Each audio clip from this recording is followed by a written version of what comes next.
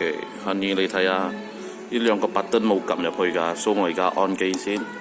按咗機過後 ，if let's say 我做 steam 係咪？我撳呢個 button 入去，所以撳呢個 button 入去咗過後，呢隻青呢個燈就冇着咯，即係講佢而家 produce 緊嗰個 gas。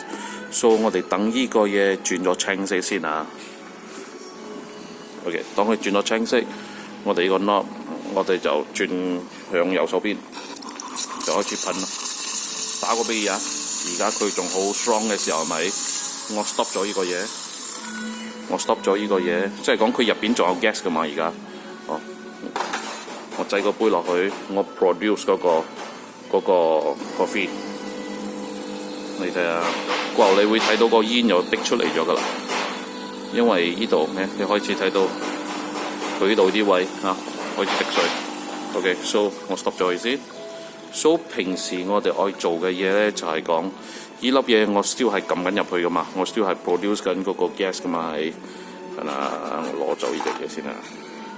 OK，so 打個比喻，而家呢粒嘢仲 still 係撳喺入邊。so 過後我哋要 make sure 佢 release 晒個 gas。一開始佢一定係噴水先嘅，噴水咗後佢就會噴 gas。then 你我記得呢粒嘢，我撳翻上嚟，我 release 翻上嚟。OK，so 當佢 release 翻上嚟咗過後，佢嗰個 boiler 佢唔會再 produce 個 gas 啊。so 你就慢慢你會睇到呢隻嘢就開始冇咁 steam 嘅時候。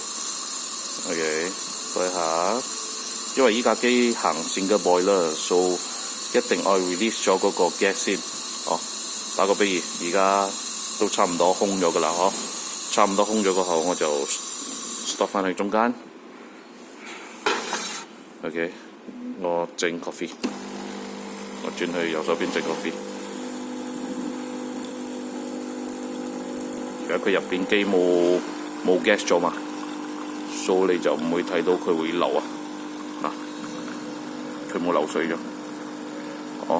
基本上就係咁樣嚟做啦，我 stop 翻佢，按機咗呢隻 button， 你撳咗入去，呢隻嘢等佢轉青色，等咗轉青色過後，你就用 steam 又打 steam。OK，if let's say 呢粒嘢你冇 release 上嚟，佢嗰個機繼續佢會 produce 嗰個 gas 啊，所以佢又 continue keep 喺storage 入邊。